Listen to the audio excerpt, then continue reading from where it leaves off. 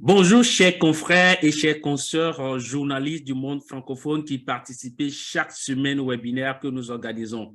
C'est toujours un plaisir de discuter de notre métier, de son actualité, de son évolution et des critiques qu'on ne cesse d'émettre sur sa pratique et sa couverture des problématiques qui affectent notre société.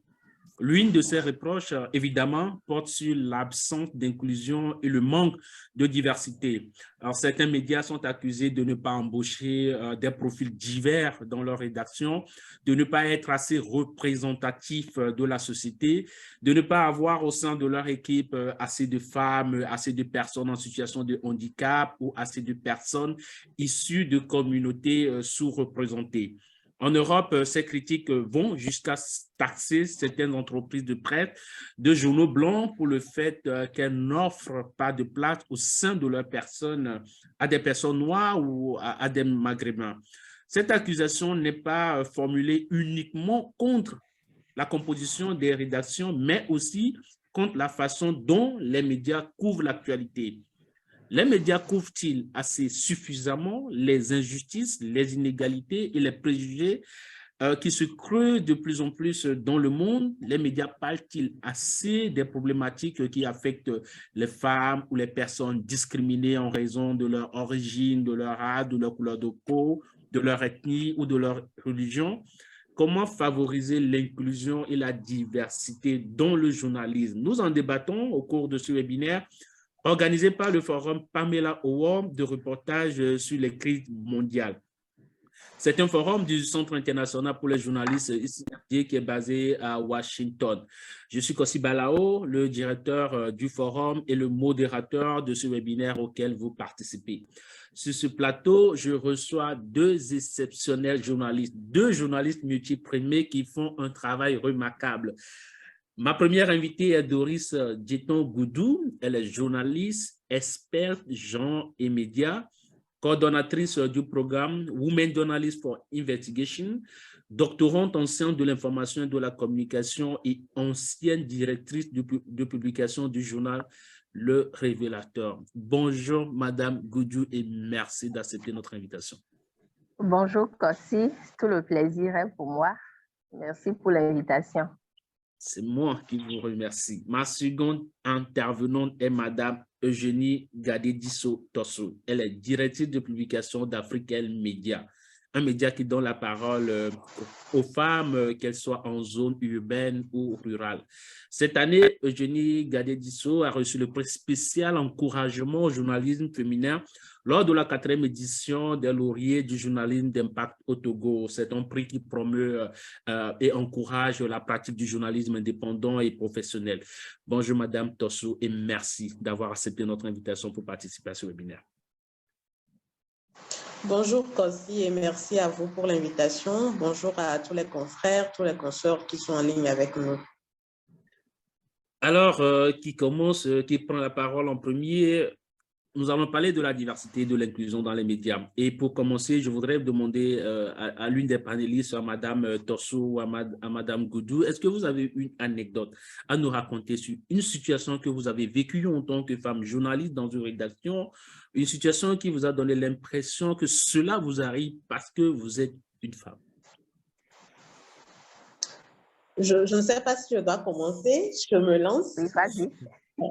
Oui, ce qui m'est venu en tête à la question en même temps, c'est un jour, je devais être déployée sur un reportage au sein de ma rédaction. Il faut dire que je travaille également dans une radio en tant que journaliste, reporter et animatrice.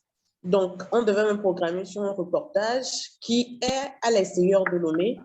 Et le départ est prévu pour 6 h du matin, ce qui veut dire que déjà à 5 h 30, je dois partir de la maison. Finalement, je n'ai pas été déployée sur le reportage juste parce que je suis femme. Et selon les explications que j'ai reçues après, le chef se demandait comment je ferais, moi, une femme, j'ai un enfant et j'ai un époux, comment je ferais pour me rendre à ce reportage. Et c'est sûr que ça finira tard le soir et je devais rentrer aussi le soir. Pour lui, ce n'est pas bien pour une femme de quitter très tôt la maison, déjà à 5 h, pour son travail, est d'aller à l'extérieur de la ville de Lomé pour un travail et de revenir tardivement. Cette situation, par exemple, elle m'a rendue un peu triste parce que quelque part, il voulait mon bien, il voulait me protéger, sauf que moi, je n'en avais pas besoin. Le travail pour lequel nous sommes appelés en tant que journalistes demande des sacrifices et je suis prête à faire des sacrifices ou je fais des sacrifices chaque jour. Donc, voilà une situation où le fait d'être femme joue sur le travail. À côté, on a envoyé facilement un homme. Donc, je me dis, il y a des opportunités qui viennent comme ça, ou il y a des activités à faire comme ça qui viennent, mais on se dit, elle est femme, il y a ci, il y a ça, donc ne la mettons pas là, elle aura des difficultés à le faire. Est-ce que vous avez eu l'occasion de lui expliquer cela ou vous avez gardé ça pour vous toute seule? Non, puisque l'explication que je viens de donner ne m'a pas été donnée directement par lui, mais c'est après mes recherches et que je me suis rendu compte où il en a parlé à un autre confrère et je n'ai pas non plus eu l'occasion d'en parler directement avec lui, mais j'ai toujours affiché une disponibilité à couvrir des événements qui sont hors de la ville ou qui sont peut-être tard. Parce que juste après ça, je ne lui ai pas dit directement, mais je lui ai dit un jour, il m'a envoyé quelque part, c'était un peu précipité, il ne m'avait pas averti. Je me lève un matin, je vois un message, va ici, je suis désolée, c'est tard. Je lui ai dit non, il n'y a pas de souci, même si c'est à 4 heures du matin, j'y vais. Juste pour qu'il sache que je suis disponible au-delà même des heures de travail conventionnelles, que je suis disponible à travailler.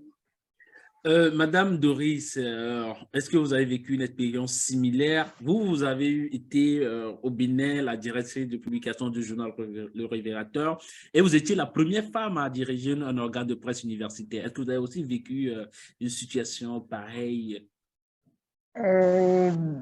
Merci aussi. Je dirais que pas une situation identique, mais plutôt les questions de, disons, de harcèlement, les questions, voilà, du genre pour en arriver à directrice de publication, il a fallu faire du chemin parce qu'on ne vient pas du jour au lendemain pour occuper un poste de responsabilité.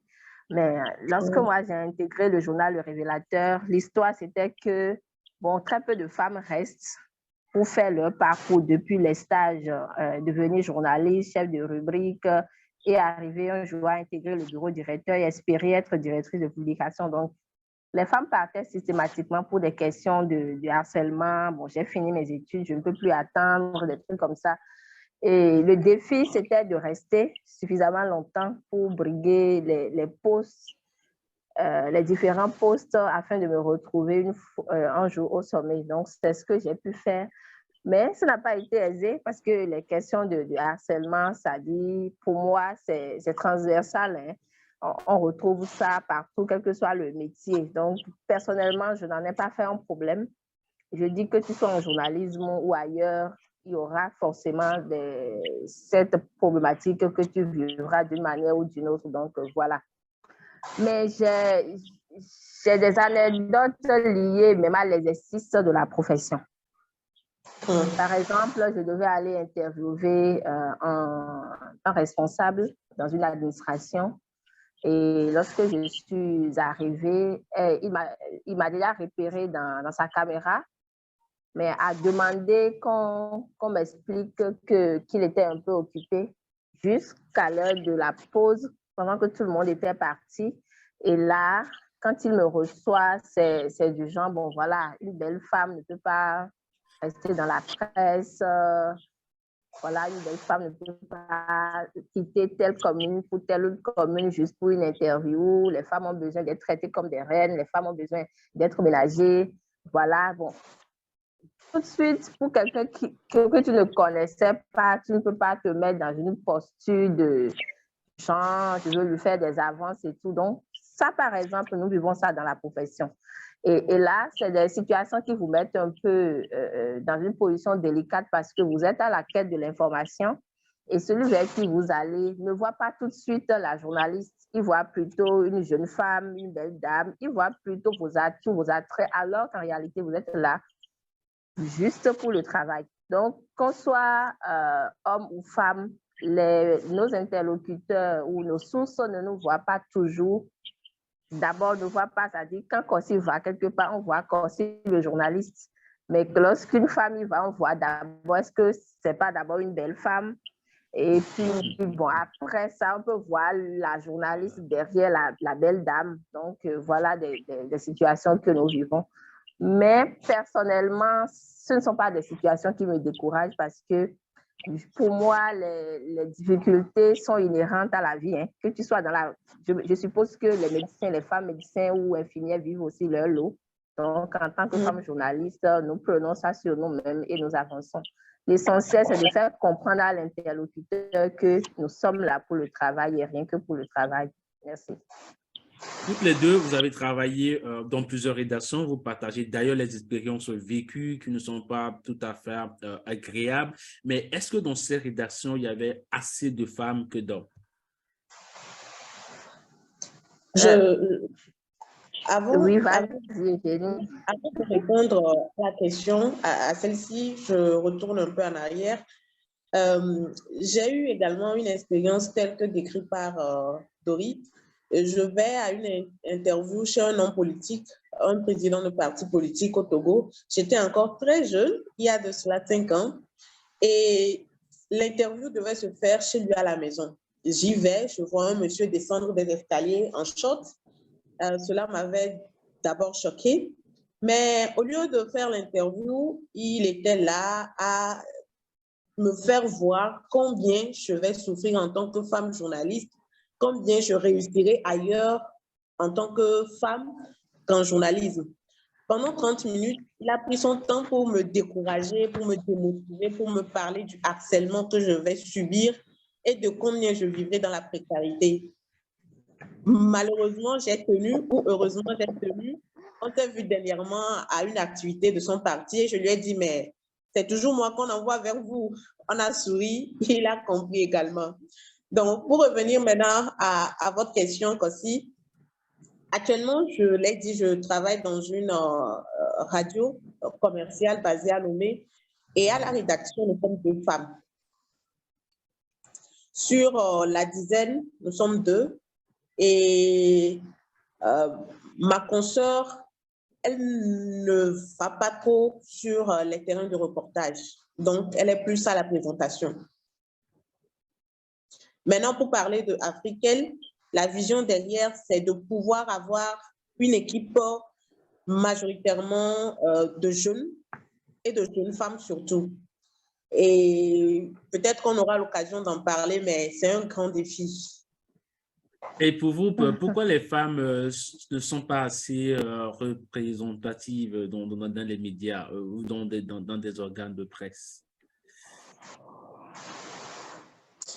Et de mon expérience, je pense qu'il y a d'abord les questions de harcèlement. Comme je vous l'avais expliqué, si ma passion, par exemple, n'était pas très forte, après la rencontre avec l'homme politique il y a 5 ans, je suis sûre que j'allais chercher un autre chemin. En dehors de ça, il faut dire aussi que les conditions de travail en tant que journaliste ne sont pas flexibles. Cela veut dire que vous quittez la maison peut-être un matin, mais vous ne savez pas à quelle heure vous devez rentrer. Ça veut dire qu'à 15 heures, on peut vous déployer sur un reportage qui finira à 17h, 18h ou voire plus. Ou même on vous déploie sur un reportage, une activité de soir, d'un soir à 18h qui finira à 23h. Donc, il y a de ces conditions qui ne permettent pas ou qui ne favorisent pas que les femmes restent ou viennent au journalisme. Il y a aussi la question de la précarité pour les journalistes. C'est vrai qu'on n'en parle pas souvent, mais je pense que la précarité aussi a un grand rôle à jouer. Les femmes ont des besoins beaucoup plus accrus, beaucoup plus poussés que les hommes. Donc, venir travailler et ne pas gagner son pain fait que des femmes commencent en tant que journalistes, font 5-10 ans, finissent par quitter la profession pour devenir soit chargée de communication ou virer carrément à autre chose. Donc, il y a la précarité, il y a la question du harcèlement et il y a la question des conditions même de travail. Pour Doris, Madame Goudou, vous qui avez été rédactrice en chef, vous avez également été directrice de publication. Qu'avez-vous fait pour aider la rédaction à être plus respectueuse de la diversité, de l'inclusion? Qu'avez-vous changé? Quel changement avez-vous apporté? Merci, Kossi. Déjà, il faut reconnaître qu'autrefois, il n'y avait pas assez de femmes dans les médias. Quand moi, j'ai commencé mes stages, je voyais très peu de femmes responsables dans les médias pour les raisons déjà évoquées par Eugénie. Pour les raisons évoquées, parce que c'est un métier où, pour qui travaille dans la presse quotidienne, tu sors tôt le matin, mais tu ne sais quand tu vas rentrer. Et là, quand on est encore plus jeune, c'est facile d'aller, de revenir. Lorsque la femme décide de concilier son métier avec un foyer, ça commence par être un peu pesant. Donc, voilà. Mais il faut reconnaître aussi que de plus en plus, les femmes tiennent dans les médias. Les femmes tiennent dans les médias et le nombre s'accroît de jour en jour. Quand j'ai été directrice de publication du journal Le Révélateur, il faut dire que c'était un journal étudiant. Et puis, les étudiantes venaient et repartaient toujours pour des questions de harcèlement ou pour celles ou des questions de subsistance. Parce que tu fais un stage, tu es là, tu n'es pas payé et tout, alors que tu dois tenir à l'université, réussir. Ce n'est pas évident pour certaines étudiantes, donc ce n'était pas aisé. Mais quand j'ai fini au journal Le Révélateur, j'ai dirigé un journal appelé Le Label, et là, nous n'étions que 4 femmes. On avait fait le pari d'avoir 4 femmes, et c'était une très belle expérience pour moi après le journal Le Révélateur, et avoir une équipe j'étais à la tête d'une équipe de femmes où chacun avait sa rubrique, chacun s'occupait vraiment de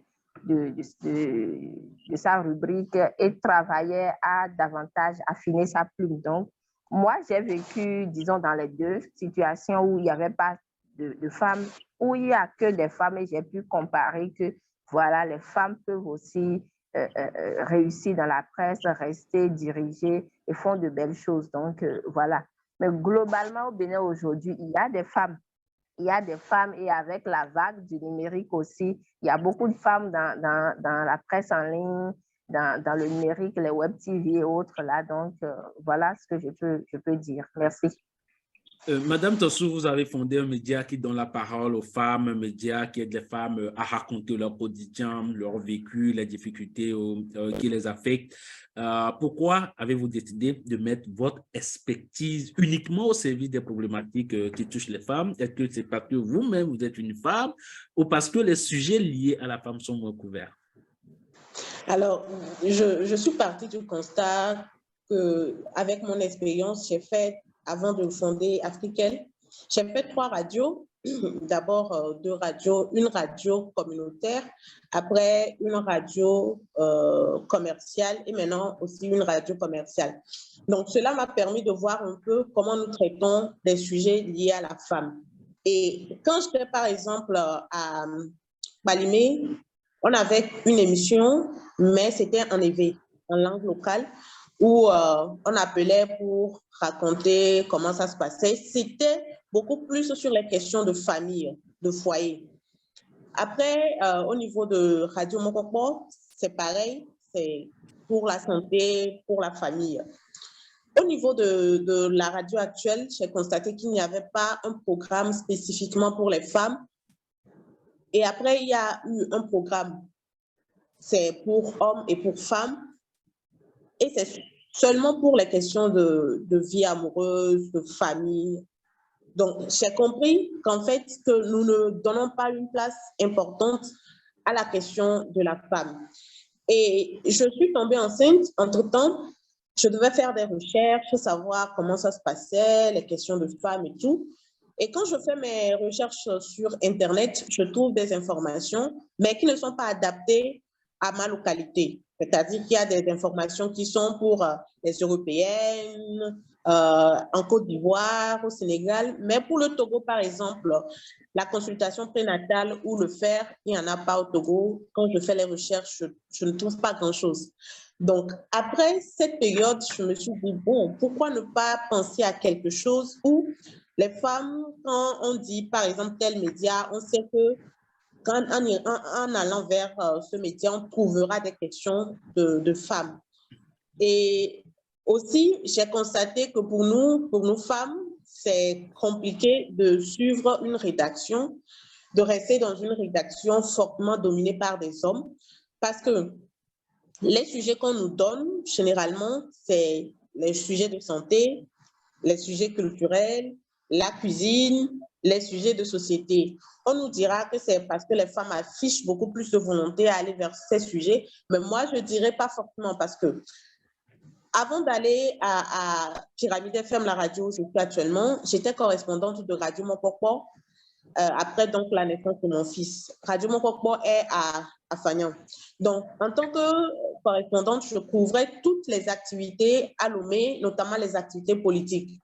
J'allais même sur le terrain de reportage et en ces moments, c'était les périodes où il y avait les manifestations publiques de l'opposition, où il y avait un peu de mouvement. Mais j'y allais, malgré même que j'étais enceinte, j'y allais. J'ai eu une histoire aussi par là racontée après. J'y allais. Donc, mais quand je suis arrivée à Pyramide FM, il y a déjà quelqu'un qui couvre ces actualités et je ne me rappelle pas où je peux compter du doigt les nombres de fois où on m'a demandé de couvrir un événement politique ou une activité politique. Pour dire que quand on arrive dans une rédaction, en tant que femme, déjà, on pense que vous devez aller vers ces sujets, vous devez faire ci, vous devez faire ça. Donc, en fondant Africaine, au-delà des sujets à traiter sur la femme, je me suis dit avec mon équipe qu'on aura une équipe féminine et qui couvrira tous les sujets, que ce soit politique, économie, que ce soit entrepreneuriat, cuisine, beauté, tout. La femme ira vers les sujets politiques, vers les sujets économiques et c'est le défi actuellement. Ça fait que Africaine, le média est ouvert en ce sens qu'on parle de politique, on parle d'économie, on parle d'entrepreneuriat, on parle de violence basée sur le genre, pour permettre aux femmes qui seront donc journalistes et membres de l'équipe de traiter des sujets politiques, mais sous l'angle de femmes. Donc, voilà toutes ces raisons qui nous ont amenés à fonder Africaine. En résumé, il s'agit de donner la parole aux femmes, d'interviewer des expertes femmes, d'avoir ou de traiter des sujets liés à la femme, mais en même temps d'avoir des femmes journalistes qui traitent de tous les sujets. Madame Goudou, quand nous parlons de l'inclusion de la diversité dans les médias, c'est de façon globale. Il ne s'agit pas que des femmes, mais aussi des injustices, des inégalités, des préjugés dont sont victimes plusieurs des communautés qui sont en minorité, des couches vulnérables, par exemple, même les pauvres, les personnes issues de milieux ruraux. Des personnes qui sont discriminées, par exemple, par raison de leur orientation sexuelle, en raison de leur couleur de peau. Vous avez, je prends par exemple le cas des sujets sur les personnes albinos.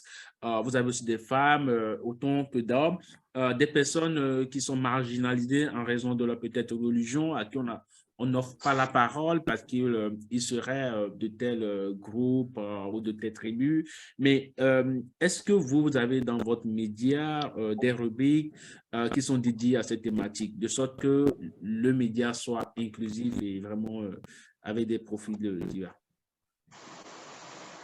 Merci, Kossi. Déjà, quand on parle d'inclusion, les médias dans lesquels moi j'ai travaillé, il faut reconnaître que les sujets qui étaient traités avaient très souvent la politique, au sport et puis l'économie. Les faits de société n'ont pas une grande place dans les médias, surtout la presse écrite. Et c'est un constat que nous avons fait pendant longtemps.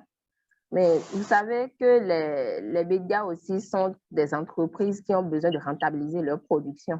Donc, la politique, ça fait vendre. Donc, tout le monde se tourne vers la politique.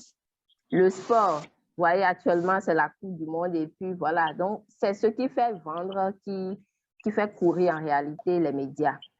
Alors, nous avons constaté, comme tout le monde, que les sujets liés à la justice sociale, à l'inclusion, les inégalités ne sont pas forcément le chou gras des médias. Mais quand on te recrute dans un média, tu ne viens pas faire ta loi. Tu viens travailler et puis tu respectes en réalité la ligne éditoriale et tu rends, disons, la part de contrat qui te lie aux médias. Donc, moi, de façon impuissante, j'ai pu assister à tout ça dans les médias dans lesquels j'ai travaillé. Mais il faut dire que depuis 10 ans, moi, je suis journaliste freelance. Je suis journaliste freelance parce que, regardant ces inégalités, je me suis tournée vers les ONG. Donc, j'ai créé une association qui fait dans la formation, la sensibilisation, disons, une sorte de documentation des questions liées aux gens, aux inégalités et autres. Donc, je suis restée dans la profession, mais en ayant un regard sur ces questions d'inégalité, mais autrement. Actuellement, qu'est-ce que je fais? Quand vous me présentiez, vous avez évoqué le projet Women Journalists for Investigation, qui est un programme que j'ai mis en place pour les femmes, pour que les femmes journalistes puissent s'adonner à l'investigation, mais l'investigation orientée vers les questions qui touchent les femmes, qui touchent les personnes en situation de vulnérabilité. Donc, nous avons, disons, une vingtaine d'articles d'investigation réalisés cette année, par exemple, sur ces sujets. Quand on parle, par exemple, de l'accès à l'eau potable en ville, nous ne sentons pas qu'il y a un problème par rapport à cette thématique. Il suffit juste de tourner son regard vers les zones rurales pour comprendre que les gens manquent cruellement d'eau.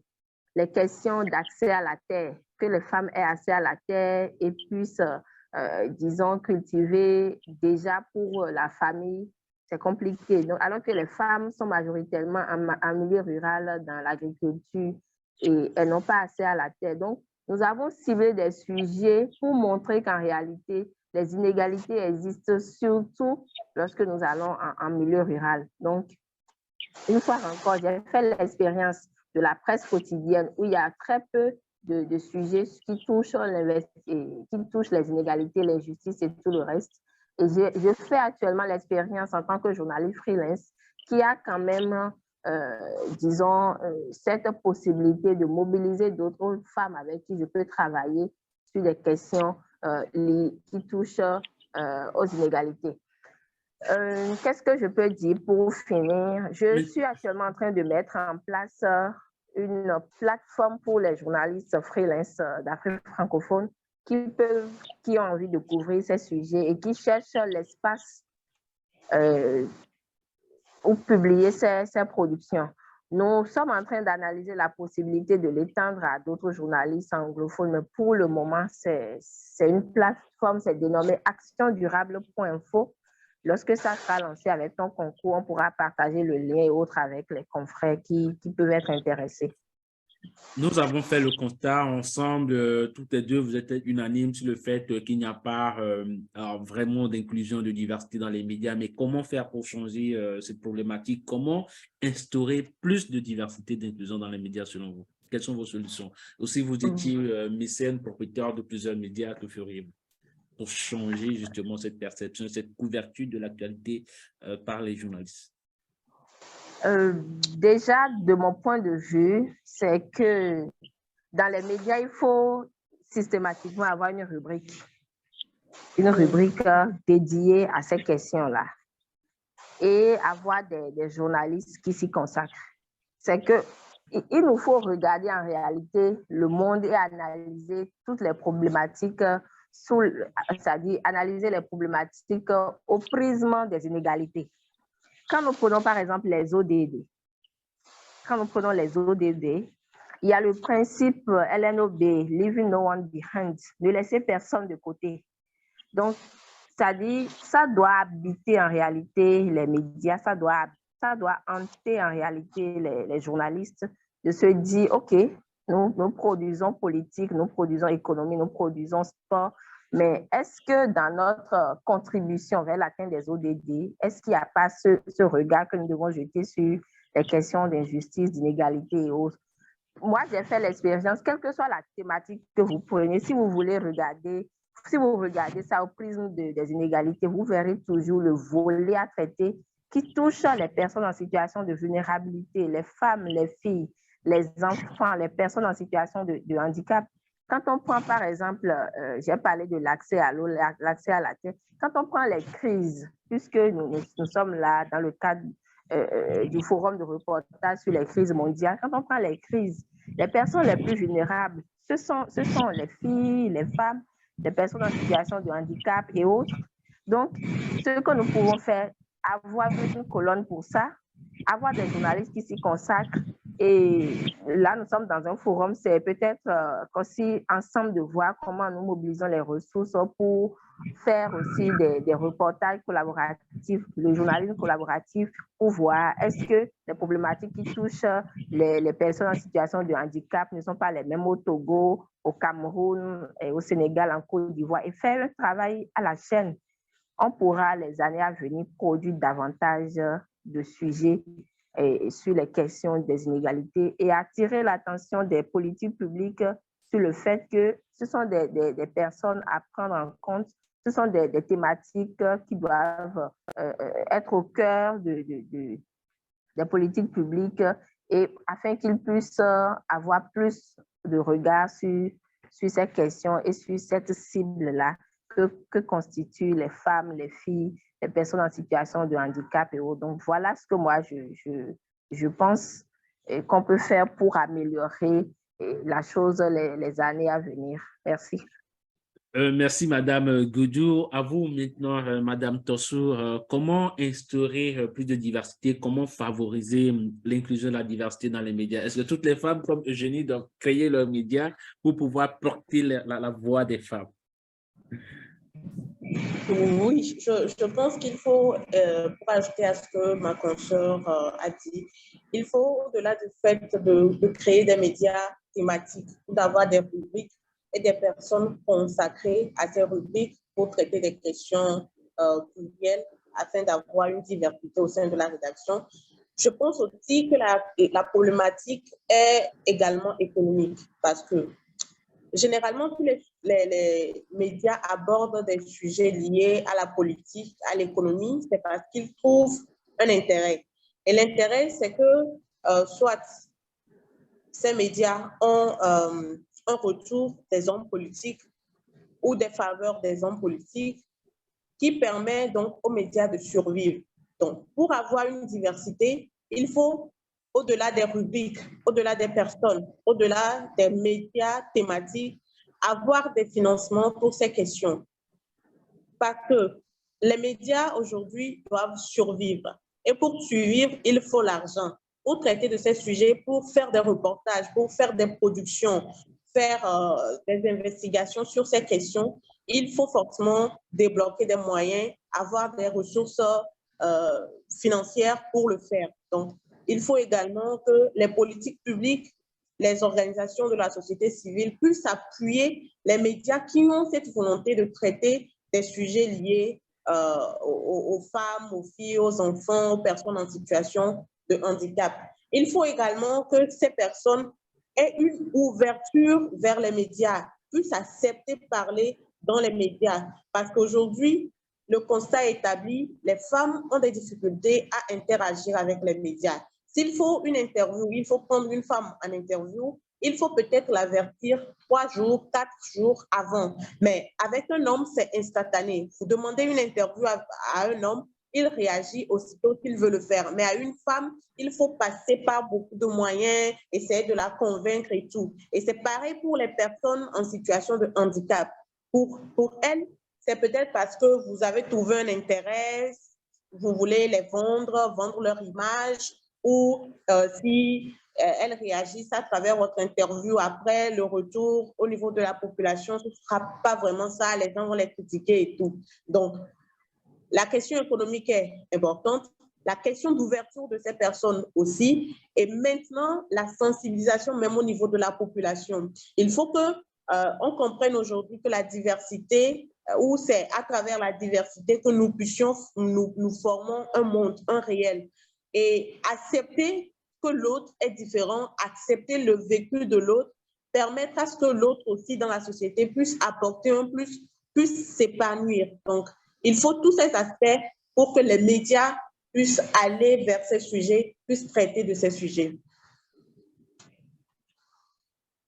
Revenons à, nous sommes dans la deuxième phase de ce webinaire et nous recevons les questions des participants. Il y en a déjà 4.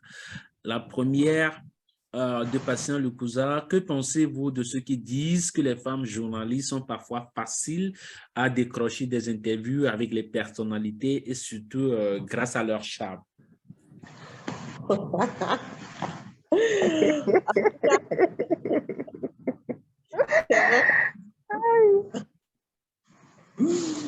C'est vrai, mais je pense que c'est parce que généralement, ce sont des hommes, ce sont vers les hommes que nous allons pour les interviews.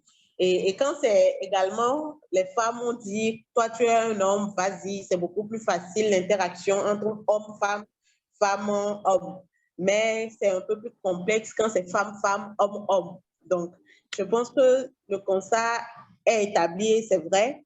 Mais au-delà de ça, je pense aussi que la question du harcèlement où la femme a beaucoup plus de facilité à aborder les personnes, où la femme a beaucoup plus de charme à aller vers les hommes. Donc, je pense que quelque part, ça joue. C'est une question de stratégie. Mais ce que moi, j'ai l'habitude de dire, c'est qu'au-delà de tout, on ne prête pas la femme pour un objet. Si, Absolument. par exemple, oui, on doit traiter un sujet lié à l'économie, on dit comme tu es femme, il faut aller vers lui, il aime les femmes. Ça veut dire que quelque part, on est en train d'exposer la femme. Ce n'est pas parce que telle personne aime les femmes qu'il faut dire à la femme d'aller vers lui. Donc, c'est ensemble ou à partir de ces constats que nous-mêmes, en tant que femmes journalistes, moi, par exemple, vous me dites d'aller vers telle personne parce que c'est un homme, il aime les femmes. Déjà, vous me dites ça, c'est que je serai réticente et on trouvera une autre formule pour le faire. Donc, déjà, il faut que les femmes aussi, quelque part, refusent d'être un objet, c'est comme on veut vendre un produit, on habille le produit et c'est la femme qui devient l'habillage pour le média pour aller vers les hommes. Donc, c'est vrai que ça existe de par nos expériences, mais en même temps, c'est une manière d'exposer la femme à l'harcèlement et également aux avances possibles de ces personnes. Donc, il faut asseoir une autre stratégie à part celle de montrer la femme comme un objet, la femme comme l'habillage pour aller vers les hommes. Je sais que Doris a beaucoup de choses à dire au sujet de cette question, mais il y a une deuxième, rapidement, dans quelques phrases, il y a une deuxième question aussi. Comment changer le mental des hommes qui ont une mauvaise image des femmes de presse? Comment changer le mental des hommes? Je pense que c'est un processus, hein? C'est un long processus. Vous savez, les questions de mentalité ou de normes sociales, on ne les change pas du jour au lendemain. Ça vient progressivement avec le travail des femmes. Moi, je dis, nous sommes femmes, nous sommes d'abord des journalistes. Nous sommes d'abord des journalistes et c'est à la femme de montrer par son travail qu'elle mérite le respect et autres.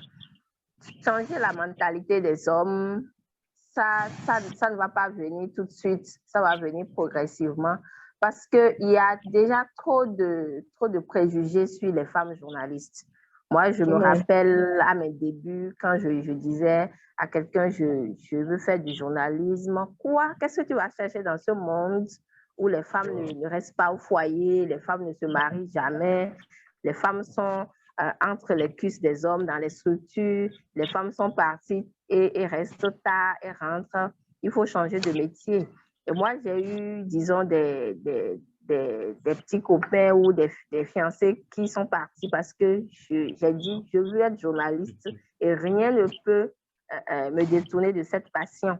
Être journaliste ne veut pas dire qu'on veut faire autre chose. Ça dépend de chacun. Donc, on ne peut pas, parce qu'il y a peut-être eu par le passé, ou je ne sais pas, des brebis galeuses, on ne peut pas confondre tout le monde à ça. Donc, oui, nous voulons que les hommes changent de mentalité, mais tellement il y a de préjugés que, bon, voilà, ça va s'améliorer progressivement, mais en tant que femme, faisons notre travail de façon consciencieuse, faisons notre travail de sorte à laisser une image qui corrige le passé et autres. Une fois encore, les questions de préjugés, de normes sociales et autres, ça met du temps. Ces questions mettent du temps à être, disons, réglées. C'est dans ce sens que pose la question, que s'inscrit la question que pose le confrère Pancras qui dit, qui demande, ne pensez-vous pas que le contexte social africain favorise la pensée selon laquelle la femme s'occupe de la maison et que ce contexte aussi explique la réticence de certains patrons d'entreprises de médias à confier des tâches nocturnes aux dames, bien qu'elles soient très compétentes. Il dit, j'ai connu l'expérience d'une patronne d'entreprise de médias qui s'est faite sermonner par le mari d'une consoeur. Absolument. Ça dit, en Afrique, ça dit, il y a ce que nous appelons les réalités socio-culturelles. Donc, nous ne pouvons nous soustraire à ces réalités. En Afrique, une femme, autrefois, la place de la femme était à la maison pour pondre des enfants, prendre soin du mari, gérer le foyer.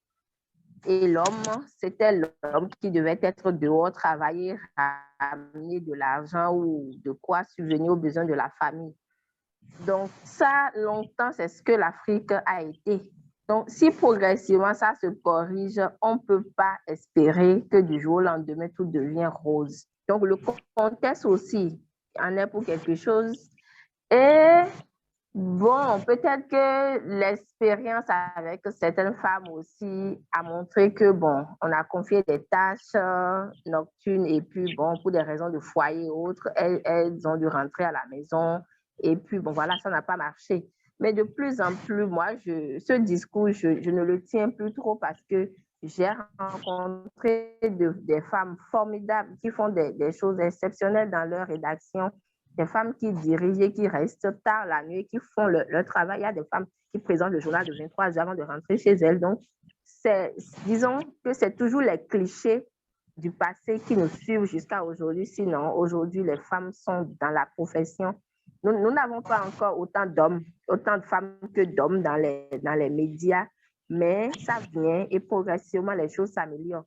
Mais une fois encore, le contexte africain est là. Le patriarcat, les réalités socio-culturelles, les pesanteurs, et puis bon, voilà, certains hommes aussi qui ne facilitent pas toujours la tâche aux hommes. Donc, voilà, moi, je suis mariée bientôt 10 ans, je suis dans la profession, j'ai des enfants, j'ai un foyer.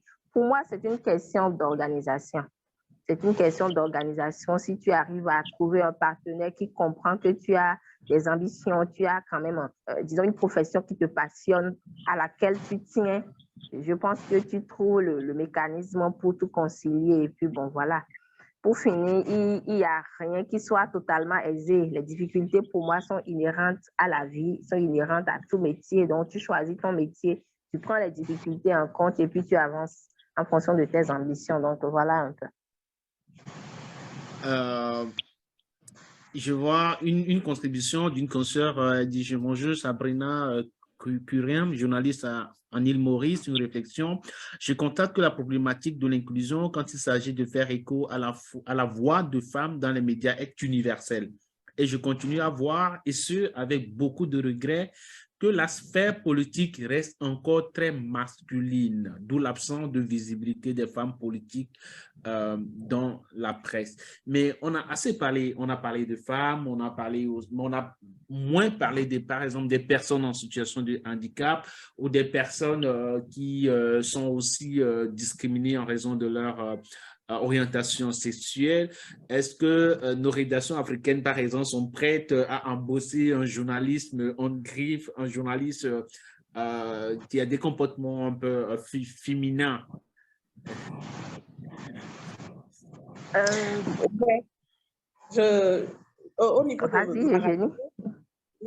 Au niveau de ma radio, je fais une émission santé, Top Santé. Donc, ça a permis que j'ai un peu de contact avec les LGBT. Et grâce donc à ce contact, j'ai fait une interview avec un bisexué, c'est-à-dire ce que nous appelons communément un hermaphrodite, c'est-à-dire quelqu'un qui est né avec les deux sexes. Et après avoir joué l'interview au niveau de la radio, mes confrères commençaient par me poser des questions. Toi, tu as trouvé la personne où? Comment tu as fait? Ou bien toi-même, tu es parmi eux. Juste pour dire qu'aujourd'hui, bien que nous sommes des journalistes, nous faisons partie d'une société qui, jusqu'à présent, n'accepte pas certaines personnes. Et ce n'est pas parce que nous-mêmes, on le veut, hein. Parfois, il arrive que parler de ces sujets ne permet pas une cohésion ou ne permet pas aux auditeurs de rester avec nous. Puisque la société n'accepte pas encore ces personnes, c'est difficile d'en parler. Elles-mêmes n'ont pas l'habitude d'être vues, de parler librement. Et la personne dont je parle, elle a parlé sous anonymat, elle n'a pas donné son nom. Elle a même souhaité qu'on change un peu sa voix pour dire en fait qu'il y a une peur au sein donc, de cette communauté et parce que nos populations ne sont pas encore prêtes à les accepter ou à accepter leurs différences. Ça fait qu'en tant que journaliste aussi, nous sommes un peu réticents à parler ou à aborder ces sujets. C'est vraiment dommage, mais c'est comme ça. Il y a aussi les lois au niveau de chaque pays qui ne favorisent pas donc de parler de ces sujets, d'aller vers ces sujets, de faire des productions liées à ces sujets. Je dirais si quelque chose doit changer, ça doit partir au niveau communautaire, au niveau des sensibilisations, sensibiliser beaucoup plus les populations à la base, les auditeurs, à surtout accepter les différences. Pas accepter les personnes, mais accepter les différences pour que les médias aussi aient une ouverture pour parler donc de ces sujets. Il faut aussi dire qu'au sein même des médias, il y a des journalistes qui ont des comportements stigmatisants, discriminants et qui ne favorisent pas ou qui ne les amènent pas vers ces personnes pour qu'elles parlent de leur quotidien, de leurs difficultés et de leurs différences. Nous prenons encore une question d'un participant, toujours M. Pancras. Quelle devrait être la contribution des fêtières des journalistes pour plus d'inclusion dans les entreprises de presse? Les fêtières, c'est-à-dire les unions de journalistes. Organisations, voilà, les organisations de presse, les organisations de défense, les associations, les syndicats. Quelle devrait être la contribution des fêtières des journalistes pour plus d'inclusion dans les entreprises de presse? Est-ce que Mme Goudou voudrait répondre à cette question? Les fêtières, qu'est-ce que les fêtières peuvent faire? Les fêtières, il faut dire que les fêtières sont composées de journalistes généralement passionnés de politique et autres. Donc, c'est peut-être, comme je viens de le dire, de voir est-ce qu'on peut faire un plaidoyer pour que les journaux inscrivent cette rubrique dans leur média. C'est-à-dire on peut rien obtenir par la force parce que, une fois encore, les médias sont des entreprises et les gens veulent vraiment rentabiliser leur production. En tant que fêtière aussi, c'est peut-être de mobiliser les ressources auprès des partenaires et de lancer peut-être des prix sur l'inclusion, sur les inégalités, le traitement de la diversité et autres. Je sais qu'au Bénin, par exemple, il y a un prix pour l'éducation inclusive. Chaque année, il y a un prix pour primer les journalistes qui ont fait des productions de qualité sur l'éducation inclusive, c'est-à-dire l'éducation qui prend en compte les personnes en situation de handicap, les albinos, les enfants peut-être en milieu rural et autres. Donc, il y a ça qui amène les journalistes à se dire, bon, je peux commencer par m'intéresser à cette thématique. Donc, en tant que fêtière aussi, puisque ce sont des associations, ce sont des réseaux d'associations et les partenaires savent que ce n'est pas une personne et puis les partenaires peuvent leur faire confiance. Ces fêtières peuvent décider de mobiliser de la ressource et dire que voilà, nous avons un fonds et mettre en place un fonds pour le traitement de ces questions-là. Parce qu'aujourd'hui, si nous laissons de côté ces questions d'inégalité, de diversité, d'inclusion, de justice sociale, c'est que nous allons produire politique, sport, économie, mais c'est que c'est une frange importante de la société qui est laissée pour compte. Et lorsque leurs besoins ne sont pas pris en compte, c'est que les inégalités vont persister. Et une fois encore, les ODD prônés ne seront peut-être pas atteints. Donc voilà un peu ce que je peux dire. Surtout le financement pour ces sujets. Encore deux questions avant qu'on ne termine cette session. Au regard de la faible cote, c'était au regard d'une question posée par un confrère, au regard de la faible quote-part de certaines cours dans les entreprises de presse, que pensez-vous qu'il faut prioriser entre la compétence RIT et la favorisation de ces couches lors des recrutements? Je ne pense pas que la question elle est bien comprise, mais il y a une autre question d'une consoeur, Sabrina. De manière générale, les rédactions à Maurice sont ouvertes aux journalistes qui importent leur orientation sexuelle. Cependant, pour accueillir des journalistes en situation de handicap, il faut des infrastructures adaptées pour faciliter leur mobilité, leur travail. Or, les rédactions n'en disposent pas. Et paradoxalement, nous dénonçons les manquements en termes de facilité pour les personnes en situation de handicap dans la société civile. Est-ce qu'il en est de même dans les rédactions du continent?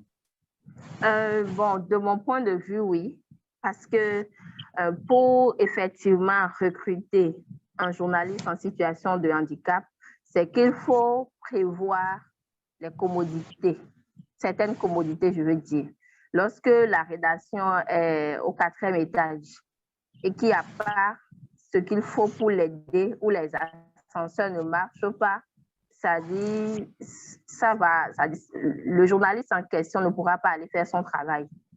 Donc, je parlais tout à l'heure d'éducation inclusive qui voudrait que les infrastructures aussi soient adaptées aux locaux, et les locaux, par exemple, des médias. Il faut non seulement quand on prend même les toilettes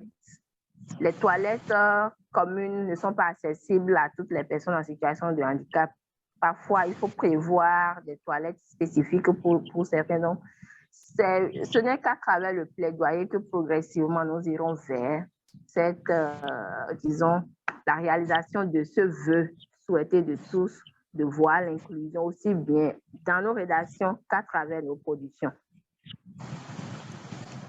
Nous sommes presque à la fin de ce fantastique webinaire. Nous avons plein d'idées de contributions. Il y a encore une contribution dans les commentaires sur la page Facebook, celle de Carlos Kitoou qui dit j'ai toujours eu de la collaboration de femmes journalistes dans mes fonctions de directeur de publication. Elles sont franches et sincères et aussi bosseuses jusqu'à la fermeture de l'indépendance. Express, j'employais 5 femmes. C'est pourquoi je salue l'engagement de ces femmes journalistes qui osent au Togo. Seulement, il faut éviter d'aller au-delà de la relation professionnelle pour les sentiments parce que ça empoisonne l'esprit de travail. Nous sommes à la fin de cette session. Est-ce que Madame Dossou, Madame Goudou aussi à ajouter sur cette thématique, comment instaurer plus de diversité et d'inclusion dans les médias? Moi, j'ai une question. Il y a quelqu'un qui a, même dans sa question, a clairement posé une question qui m'est adressée. Quel est mon plus beau souvenir à travers mes premiers pas dans la presse? Je peux finir par là.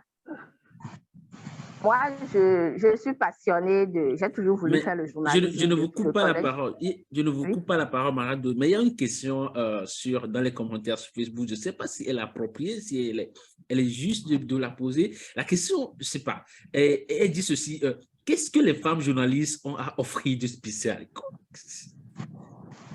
Oui, merci pour la question et je renvoie la question. Qu'est-ce que les hommes journalistes ont à offrir de spécial?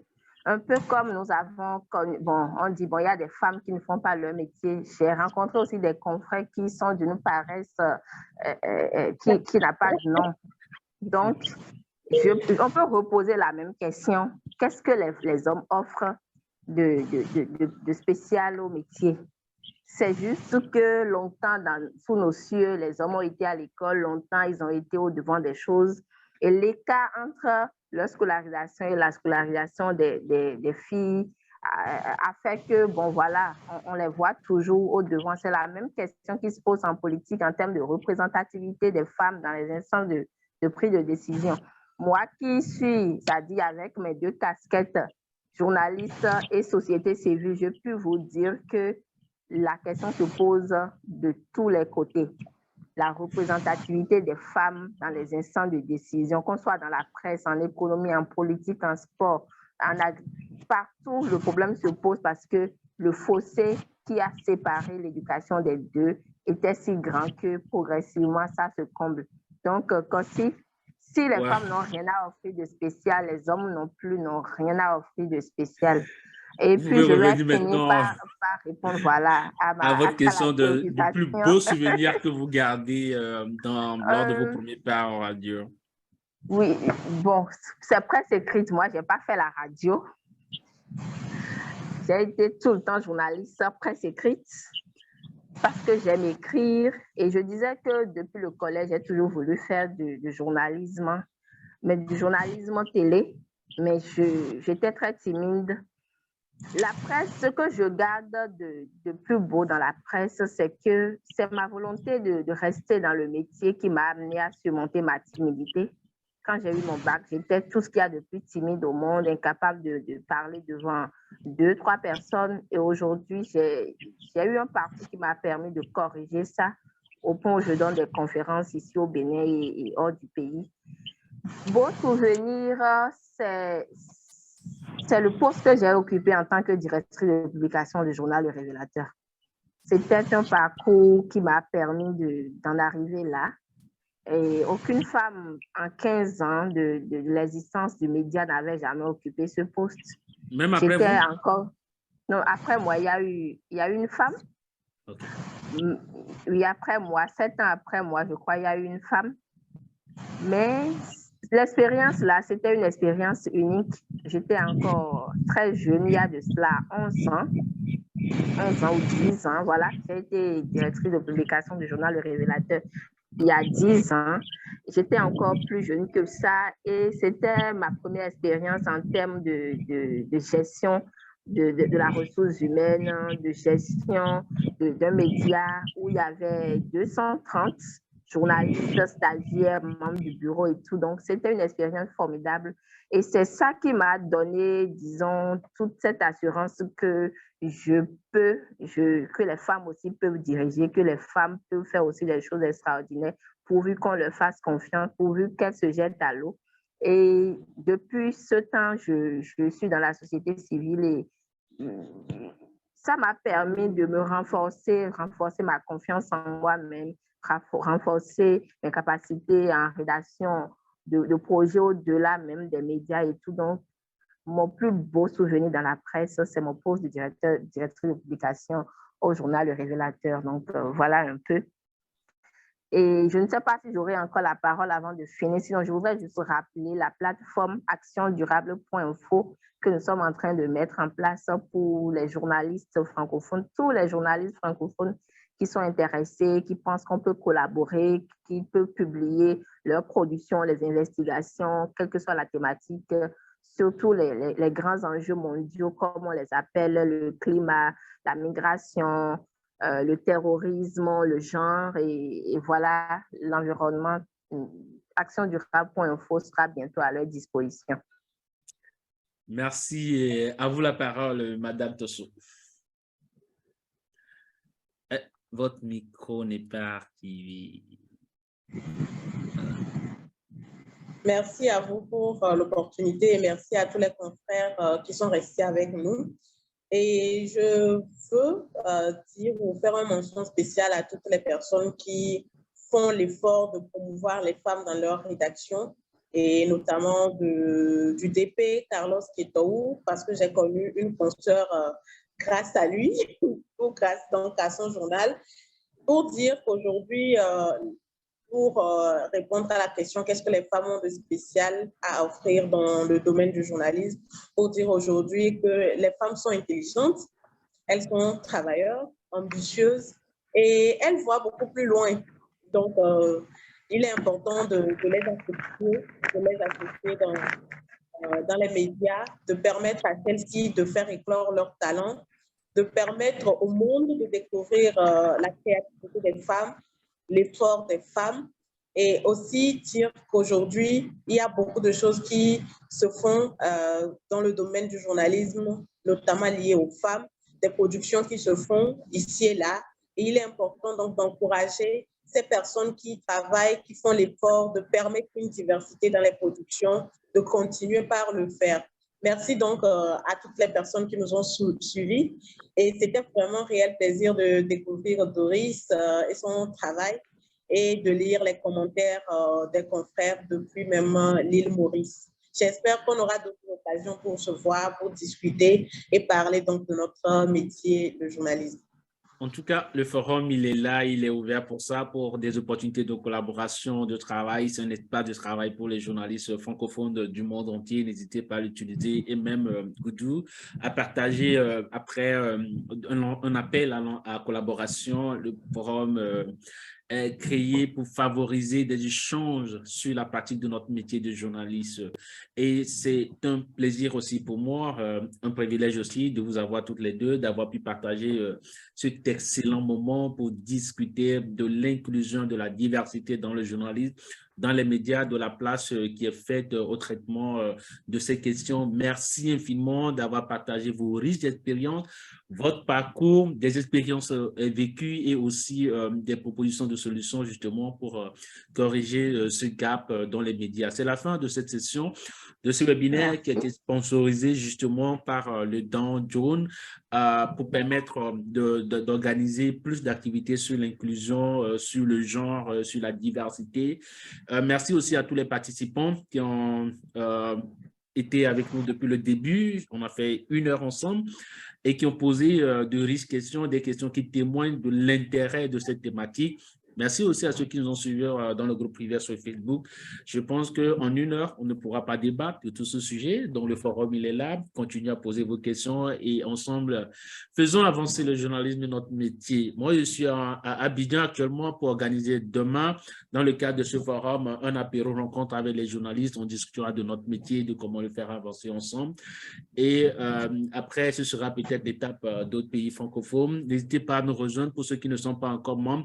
Et je rappelle, c'est important, que pour ce webinaire auquel vous avez participé, vous pouvez écrire un article en mettant en pratique l'une des recommandations ou un conseil qui a été offert par l'une des 2 panélistes.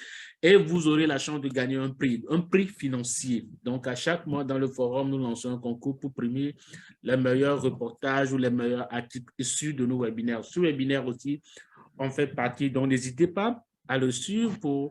Il sera disponible également sur le compte YouTube de notre forum, de notre réseau, autant pour moi, IGNet, le compte YouTube du réseau IGNet sur YouTube. Donc, vous pouvez également le suivre en replay et faire un papier, espérer gagner un prix financier.